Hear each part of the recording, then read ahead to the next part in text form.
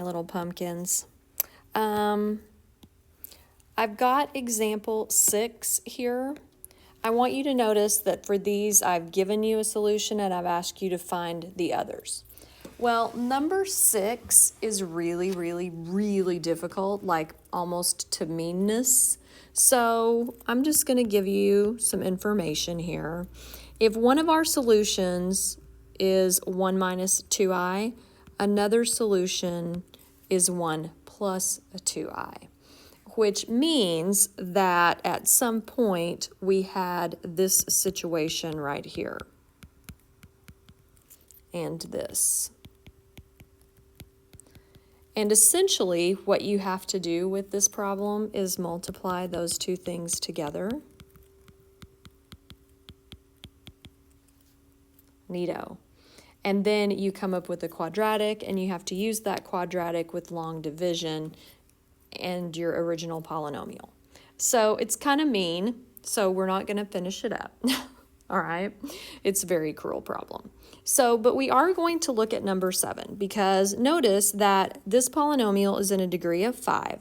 That means we have 5 solutions, but I've given you one of them. I've told you at the beginning that x equals -2. So what are we going to do with that? Well, I'm going to start the same way I have been. I clearly can't factor this, so I'm going to list my possible rational roots. So I've got my factors of my constant over the factors of 1. So that's going to give me plus and minus 1, 2, 4, and 8. Well, I know -2 is a solution already. I already know that. So I'm going to go ahead and do my trick of 1. Sorry, I forgot about that. Do my trick of 1. So I've got 1 minus 3 minus 5 plus 5 minus 6 plus 8. So 1 minus 3 is -2, and, well, the 5's actually just go away. So 1 minus 3 is -2, -2, and -6 is -8. -8 plus 8 is 0. Yay! So I know that 1 is also a solution.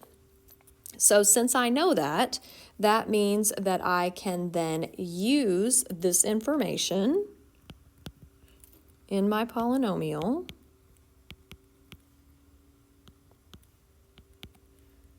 And I didn't skip any values, did I? To the 5th, 4th, 3rd, 2, 1. Okay, good.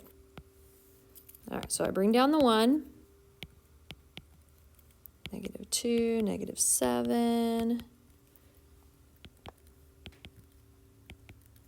Okay, which I already knew that that was going to work, no problemo. But now I've got this right here is x to the 4th. Well, I need it to be smaller than that, so I am going to use what I know. Again, with this, I know that -2 is a solution, so I'm going to use it now. Gives me +8, that gives me -2, that gives me +8. Awesome. Now I have x to the 3rd minus 4x squared plus x minus 4. So now I can use factoring. So I'm going to factor this, and what do we take out of this? Well, we're just going to take out a 1, because we've got to have something right here. All right, so now my factors are x squared plus 1 and x minus 4.